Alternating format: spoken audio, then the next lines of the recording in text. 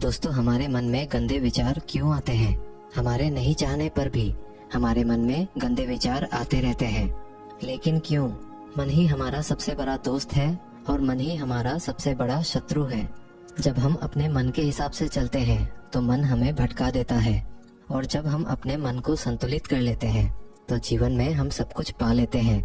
हम हमारे मन में आने वाले गंदे विचारों को रोकने की बहुत कोशिश करते हैं, पर जितना हम रोकते हैं उतने ही ये गंदे विचार हमारे अंदर प्रवेश करते हुए चले जाते हैं। आप जिस चीज से जितना दूर भागोगे उतना ही वो चीज आपके पास आएगी।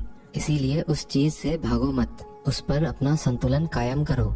एक बार एक युवक बौद्ध भिक्षु के पास आया और बौद्ध भिक्षु से बोला, हे गुरुदेव, मेरे मन में इतने गंदे विचार क्यों आते हैं?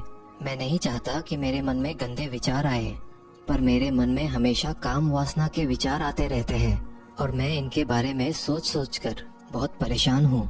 मेरी ऊर्जा और समय ये सब सोचने में ही नष्ट हो जाता है, और ऐसी काम वासना की विचारों के कारण मैं कभी भी शांत नहीं रह पाता और मैं हमेशा ही स्त्रियों को देखकर मोहित हो जाता हूँ, अपने आप को रोक ही नहीं पाता।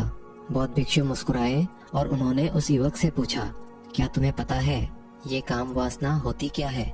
फिर लड़के ने उत्तर दिया, गुरुवर, मैं ये तो नहीं जानता कि काम वासना होती क्या है, पर हाँ, ये जो भी चीज है बहुत बुरी चीज है।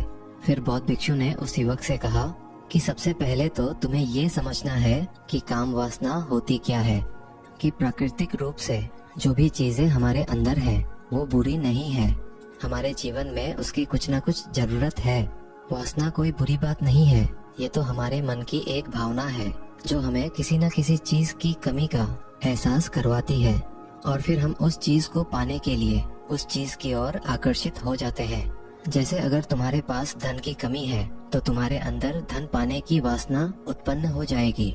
तो वासना कुछ और नहीं, एक प्रकार की कमी है, जो कि एक प्रकार की जरूरत का एहसास है, और जब ये जरूरत शारीरिक हो तब हम इसे काम वासना कह देते हैं। युवक ने बौद्ध भिक्षु से कहा कि गुरुवर, मुझे काम वासना का मतलब तो समझ में आ गया, पर आप मुझे ये बताइए कि ये आती कहाँ से है, कैसे आती है ये? बौद्ध भिक्षु ने कहा कि काम वासना कहीं से आती नहीं है, ये तो हमारे अंदर ही होती है, और इसका होना तो जरूरी भी है, तभी तो मानव जाति का विस्तार होगा। युवक ने कहा, जब ये हमारे अंदर ही है और जरूरी भी है तो फिर लोग इसे गलत क्यों बोलते हैं? बौद्ध भिक्षु ने कहा कि यही तो समस्या है। लोगों ने काम वासना को गलत तरीके से सोच लिया है, इसे छुपाने की, दबाने की कोशिश करते हैं। काम वासना गलत नहीं है, बल्कि काम वासना का गलत तरीके से प्रयोग करना ये गलत है। लोग जिससे प्रेम करते हैं बस उसी के लिए जीने लग जाते हैं, उसे पाना ही अपना लक्ष्य बना लेते हैं और उसी के बारे में हमेशा सोचते रहते हैं, पर ये सब गलत है। आगे गुरुदेव ने उस युवक से कहा, क्या तुम्हें पता है जानवरों में भी काम वासना होती है? युवक ने उत्तर दिया, जी गुरुदेव, जानवरों में भी काम वासना होती है, क्योंकि जानवर भी तो प्रजनन करते हैं और अपनी पीढ़ी को आगे बढ़ाते हैं। बौद्ध भिक्षु ने कहा, तो फिर हम जानवरों की काम वासना को गलत क्यों नहीं कहते हैं? युवक ने कहा, मुझे नहीं पता गुरुवर, कृपया आप ही मुझे बताइए। बौद्ध भिक्षु ने कहा कि जानवर अपने काम वासना का प्रयोग आनंद प्राप्ति के लिए नहीं करते, वो तो सिर्फ संतान उत्पन्न करने के लिए काम वासना का प्रयोग करते हैं। जानवरों को प्रकृति ने इतनी समझ नहीं दी है कि वो काम वासना को अपने सुख का आधार बना सके, जबकि मनुष्य अपने समझ के बलबूते पर प्रकृति में पाई जाने वाली प्रत्येक वस्तु को अपने सुख के लिए प्रयोग करता है। हम इंसानों ने ही काम वासना को सुख का साधन बना लिया है, जबकि प्रकृति ने तो हमें अपने वंश को आगे बढ़ाने के लिए दिया था, लेकिन इंसानों ने इसे अपने जीवन का परम लक्ष्य बना रखा है, और इस तरह से काम वासना का बेलगाम हो जाना गलत है। युवक ने बौद्ध भिक्षु से पूछा, गुरुवर, ये काम वासना हम पर हावी क्यों होती है, क्यों ये बेलगाम हो जाती है? तब बौद्ध भिक्षु कहते हैं कि सुनो, अब मैं जो तुम्हें बताऊंगा उसे ध्यान पूर्वक सुनना। काम वासना का सारा खेल तुम्हें समझ आ जाएगा, तुम्हें तुम्हारे सारे सवालों का जवाब मिल जाएगा, बस तुम्हें ध्यान से सुनकर समझना है। फिर बौद्ध भिक्षु उस युवक को बताना शुरू करते हैं कि एक बार की बात है, एक आश्रम में गुरु और उनके शिष्य रहा करते थे। शिष्य रोजाना बाहर स्थित गांव में भिक्षा लेने के लिए जाते थे।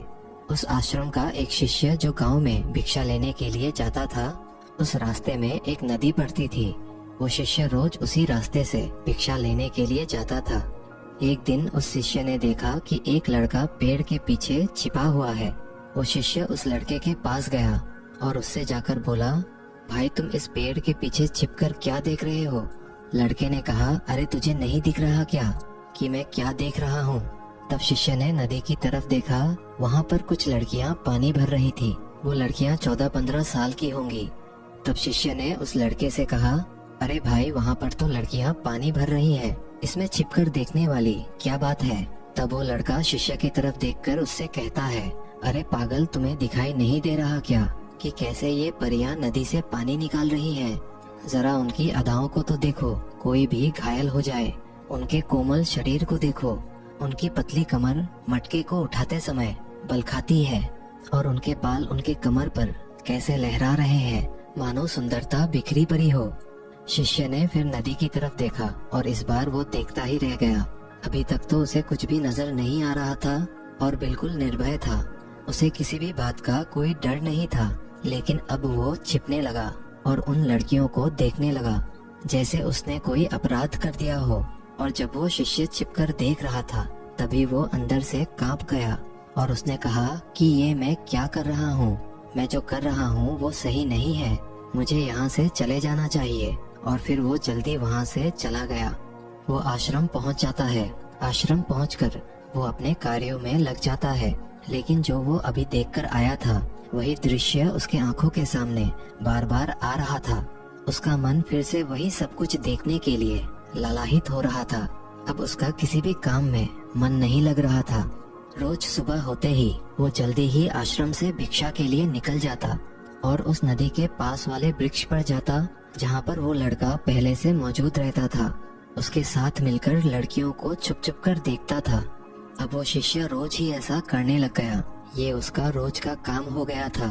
अब वो शिष्य का मन किसी भी काम में नहीं लगता था। वो हमेशा ही किसी न किसी प्रकार के विचार में उलझा रहता। वो आश्रम के कार्यों को भी सही तरीके से नहीं कर पा रहा था। ना वो ठीक से खाना खाता था, ना ही वो ठीक से सो पाता था। उसका मन बेचैन ही रहता था। उसका मन बार बार उन लड़कियों की सौंदर्य को देखने के लिए लालायित हो उठता था। जब गुरु शिक्षा देते तब भी उस शिष्य का मन कहीं और ही खोया रहता। गुरु ने अपने शिष्य की इन हरकतों को भांप लिया था। तब एक दिन गुरु ने शिष्य को अपने पास बुलाया और कहा कि आज से मैं भी तुम्हारे साथ भिक्षा मांगने चलूंगा। तुम और मैं साथ साथ भिक्षा मांगने चलेंगे। तभी शिष्य ने गुरु को मना करते हुए बोला, नहीं गुरुदेव, आप भिक्षा के लिए परेशान क्यों हो रहे हो? मैं अकेला ही ठीक से भिक्षा मांग सकता हूँ। गुरु ने शिष्य से कहा कि ठीक है, तुम अकेले ही भिक्षा मांगने जाओ। शिष्य तुरंत वहाँ से भिक्षा मांगने के लिए निकल गया। शिष्य के जाने के बाद गुरु भी आश्रम से निकल गए और उसका पीछा करने लगे कि वो कहाँ जाता है और किससे मिलता है। ये सब देखने के लिए उसके पीछे पीछे चलने लगे। थोड़ी दूर जाने के बाद गुरु ने देखा कि उनका शिष्य एक लड़के के साथ एक पेड़ के पीछे अपराधी की तरह छिपा हुआ है और छिपकर कुछ देख रहा था। गुरु भी अपने शिष्य के पीछे जाकर खड़े हो गए कि आखिर उनका शिष्य ऐसा क्या देख रहा है जिसे देखने के लिए वो पेड़ के पीछे अपराधियों की तरह छिपा हुआ है। गुरु ने देखा कि उनका शिष्य पेड़ के पीछे छिपकर लड़कियों को देख रहा था जो कि नदी से पानी भर रही थी। तभी गुरु ने शिष्य से कहा, शिष्य, क्या तुम इन लड़कियों से भिक्षा लोगे? अपने गुरु की ये बात सुनकर वो शिष्य एकदम घबरा गया और उसके पसीने छूटने लगे। वो थर थर कांपने लगा, जैसे किसी चोर को चोरी करते समय रंगे हाथों पकड़ लिया हो। वो शिष्य की हालत खराब हो गई। वो कुछ भी नहीं बोल पा रहा था। दूसरा लड़का जो उस शिष्य के साथ था वो वहाँ से भाग गया। शिष्य घबराया हुआ था। उसके मुंह से कुछ टूटे फूटे शब्द ही बाहर आ रहे थे। वो अपने गुरु से नजरें नहीं मिला पा रहा था। गुरु ने शिष्य की तरफ देखा और कहा कि मेरा शिष्य तो निर्भय था, उसे किसी भी बात का डर नहीं था, लेकिन ये क्या, तुम तो डर के मारे कांप रहे हो। शिष्य ने गुरु से कहा कि मुझे माफ कर दीजिए गुरुदेव, मेरा इसमें कोई दोष नहीं है। वो लड़का जो भाग गया उस लड़के ने ही मुझे बहका दिया था, लेकिन मैं आपसे वादा करता हूँ आज के बाद मैं ऐसा दोबारा नहीं करूँगा। मुझे माफ कर दीजिए गुरुदेव। गुरु ने शिष्य से कहा कि कोई बात नहीं, पर इस बात का ध्यान रखना कि हम जैसा संगति करते हैं वैसा ही फल हमें प्राप्त होता है। हम जैसी संगत में रहते हैं वैसे ही विचार हमारे अंदर प्रवेश करते हैं। इसीलिए अच्छी संगति करो जिससे तुम्हारे अंदर अच्छे विचारों का प्रवेश हो। फिर गुरु और शिष्य आश्रम लौट आए और शिष्य फिर से आश्रम के कार्यों पर ध्यान देने लगा। उसने उस रास्ते को छोड़ दिया और दूसरे रास्ते से जाने लगा। वो अपने काम को ध्यान से करता, लेकिन धीरे धीरे उसके अंदर क्रोध उत्पन्न होने लगा और फिर वो दूसरे शिष्यों पर क्रोध करने लगा। वह बेचैन रहने लग गया। अब वो सही समय पर भोजन भी नहीं करता था। एक रात गुरु उसके पास आए और उससे बोले कि अब तक तुमने कितनी बार अपना वादा तोड़ दिया। ये सुनकर शिष्य अपने गुरु के चरणों में गिर पड़ा और रोने लगा। रोते रोते ही उसने गुरु से कहा, हे गुरुदेव, मैं कई बार अपना वादा तोड़ चुका हूँ, फिर वादा कर लेता हूँ, लेकिन हर बार मैं अपना वादा तोड़ देता हूँ। मेरा मन मेरे नियंत्रण में है ही नहीं। मैं बहुत कोशिश करता हूँ कि मैं अपने मन से सारे बुरे विचारों को निकाल दूं, लेकिन गुरुदेव, मैं चाहकर भी ऐसा नहीं कर पा रहा हूँ। फिर गुरु ने शिष्य से कहा कि चलो मेरे साथ। गुरु शिष्य को आश्रम के बगीचे में लेके गए और शिष्य से कहा कि देखो यहाँ पर कुछ नालियाँ बनी हुई है जिससे नदी का पानी इन पौधों तक आ रहा है और ये पानी एक निरंतर बहाव से आ रहा है। क्या तुम इस पानी के बहाव को रोक सकते हो? शिष्य ने कहा, हाँ गुरुदेव, मैं इस बहाव को रोक सकता हूँ। फिर शिष्य ने मिट्टी उठाकर उस नाली पर डाल दी। वो पानी थोड़ी देर के लिए रुक गया, लेकिन थोड़ी देर बाद वो पानी फिर से बहने लगा। गुरु ने शिष्य से कहा, अरे ये क्या, ये पानी तो रुका नहीं। फिर शिष्य ने कुछ कंकर पत्थर उठाकर उस नाली पर डाल दिए। फिर थोड़ी देर के लिए पानी रुक गया, लेकिन थोड़ी देर बाद ही उस कंकर पत्थर के ऊपर से पानी बहने लगा। फिर गुरु ने कहा, शिष्य, ये क्या है? पानी तो फिर से आ गया। तुम तो बोल रहे थे कि तुम इस बहाव को रोक दोगे। क्या हम किसी काम को रोकना चाहे तो हम उसे रोक नहीं सकते? तब शिष्य ने कहा, कोई बात नहीं गुरुदेव, मैं इस पानी को तो रोक कर दिखाऊंगा। फिर वो शिष्य एक बड़ा सा पत्थर लेकर आया और उस नाली पर डाल दिया और पानी रुक गया। फिर शिष्य ने गुरु से कहा कि देखा गुरुदेव, मैंने कहा था ना कि मैं पानी को रोक दूंगा। मैंने पानी को रोक दिखाया। आपकी बात मैंने पूरी कर दी।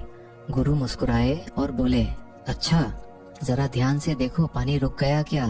वो तो पीछे की नाली तोड़कर बाहर आ गया और अगल बगल से बह रहा है। और ध्यान से देखो तो इस पत्थर के आगे भी आ गया और ये पानी अपना रास्ता बदलकर फिर से आगे की तरफ बह जाएगा।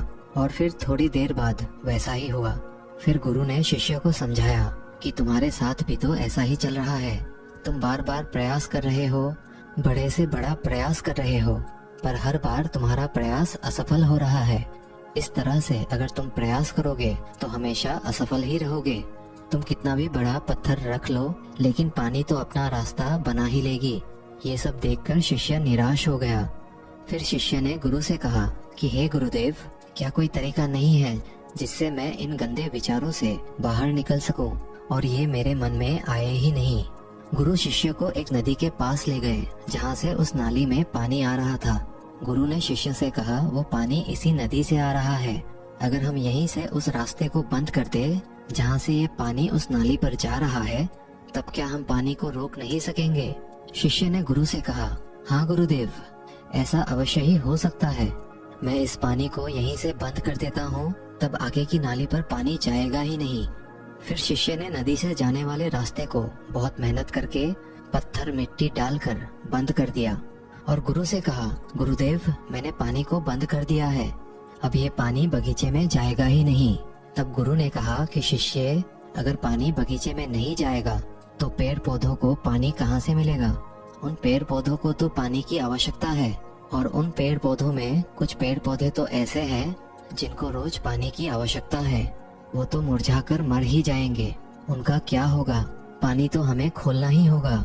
शिष्य ने गुरु की बात सुनकर वापस नदी से जाने वाले पानी का रास्ता खोल दिया। तब गुरु ने शिष्य से पूछा, शिष्य, अगर हम इस नदी के पूरे पानी को बगीचे के तरफ मोड़ दें तो क्या होगा? तब शिष्य ने जवाब दिया कि गुरुदेव, वहाँ पर जितने भी पेड़ पौधे हैं वो सारे बहकर नष्ट हो जाएंगे वहाँ पर कुछ नहीं बचेगा। फिर गुरु मुस्कुराए और बोले, तुम इस बात को समझो कि हमें किसी भी चीज को रोकना नहीं है, बस हमें हमेशा संतुलन बनाए रखना है। कम पानी से भी पौधे नष्ट होते हैं और ज्यादा पानी से भी पौधे नष्ट होते हैं। हमारा जीवन संतुलन से ही चलता है। इस सृष्टि में जो भी जीव जंतु हैं, जो भी वस्तु हैं, सब संतुलन हेतु ईश्वर ने बनाया है। ज्यादा खाना ठीक नहीं है, ज्यादा पीना ठीक नहीं है, ज्यादा सोना ठीक नहीं है। हर चीज हमें जीवन में संतुलित होकर ही करनी पड़ती है, अन्यथा हमारा जीवन खराब हो जाता है। फिर गुरु ने आगे शिष्य से कहा कि अगर मैं तुम्हें कहूँ कि तुम आम के बारे में मत सोचो, तो तुम्हारे मन में सबसे पहले किसका चित्र आएगा? फिर शिष्य ने कहा, गुरुदेव, मेरे मन में तो सबसे पहले आम का ही चित्र आएगा। गुरु ने कहा, जब हम अपने गंदे विचारों को जबरदस्ती रोकने की कोशिश करते हैं तो वो और मजबूती के साथ हमारे अंदर प्रवेश करते हैं और हमारे अंदर उठते रहते हैं। इसीलिए हमें काम वासना की भावना को कभी भी दबाने की कोशिश नहीं करनी चाहिए। फिर गुरु ने शिष्य को समझाते हुए कहा कि हमारे गंदे विचार बुरे लोगों की संगति करने से भी आते हैं। कई बार क्या होता है कि कामुकता हमारे अंदर होती नहीं है, लेकिन कुछ अश्लील लोगों के साथ रहने की वजह से ये हमारे अंदर हावी हो जाती है। फिर शिष्य ने कहा, गुरुदेव, आप सही कह रहे हैं, मैं अपने मार्ग से भटक गया था। फिर वह शिष्य उस रात बहुत ही चैन की नींद सोया। सुबह अपने कार्यों को बहुत ही मन से किया और फिर भिक्षा लेने के लिए उसी रास्ते से गया जहाँ वो लड़का आज भी उस पेड़ के पीछे छिपकर उन लड़कियों को देख रहा था। वो शिष्य उस नदी पर गया जहाँ पर वो लड़कियाँ पानी भर रही थी। उसने उन लड़कियों से पानी मांगा। उन लड़कियों में से एक लड़की ने उसे पानी पिलाया और उस सन्यासी शिष्य के चरण छुए। शिष्य ने उसे आशीर्वाद दिया कि तुम्हारा मंगल हो। अब शिष्य का मन सकारात्मक ऊर्जा से भर गया था। उसके चेहरे पर मुस्कान आ गई थी, जैसे कि उसे कुछ खोया हुआ वापस मिल गया हो। वो वापस अपने रास्ते से जाने लगा। तभी पीछे से वो लड़का आ गया जो पेड़ के पीछे छिपा हुआ था। वो उस शिष्य के पास आया और बोला कि क्या बात है, आज तो तुमने नजदीक से दर्शन कर लिए, तुम तो मुझसे भी आगे निकले। तब शिष्य ने कहा कि हम हमेशा दूसरों के दर्शन करने में ही व्यस्त रहते हैं, अपने दर्शन कर ही नहीं पाते। तुम कब तक इस पेड़ के पीछे छिपते रहोगे? किसी को पसंद कर लो और उससे बोल दो, और अगर वो भी तुम्हें पसंद करती है तो उससे शादी कर लो, लेकिन उससे पहले कुछ बन जाओ, अपने आप को पहचान लो, ऐसे अपना समय बर्बाद मत करो। फिर वो लड़का रोज उस शिष्य से मिलने लगा और उस लड़के ने पेड़ के पीछे छिपकर लड़कियों को देखना छोड़ दिया। और फिर वो लड़का अपने जीवन में कुछ बनने के लिए संघर्ष करने लगा। तो तुमने देखा संगति का असर क्या होता है। अपनी संगति बदलो, अपने विचार बदलो। बौद्ध भिक्षु ने युवक से पूछा, क्या तुम्हें अपने सारे सवालों का जवाब मिल गया? तब युवक ने कहा, जी हाँ गुरुदेव। फिर बौद्ध भिक्षु ने कहा, जब तुम्हारे मन में गंदे विचार आए तो अपने आप को दोषी मत मानो। ये शरीर है और ये शरीर की एक मांग है। इस मांग को संतुलित होकर पूरा करो। जीवन में संतुलन एक ऐसी शक्ति है, एक ऐसी ऊर्जा है जिसका तुम्हें इस्तेमाल करना है। तुम एक जीवित ऊर्जा हो जो कुछ भी अनुभव करने के लिए स्वतंत्र है, जो निर्माण करने के लिए स्वतंत्र है। दोस्तों, आशा करते हैं आपने इस कहानी से जरूर कुछ मूल्यवान सीखा होगा। अगर ये कहानी आपको अच्छी लगी तो वीडियो को एक लाइक और चैनल को सब्सक्राइब कर ही लीजिएगा। मिलते हैं अगले वीडियो में, तब तक के लिए धन्यवाद।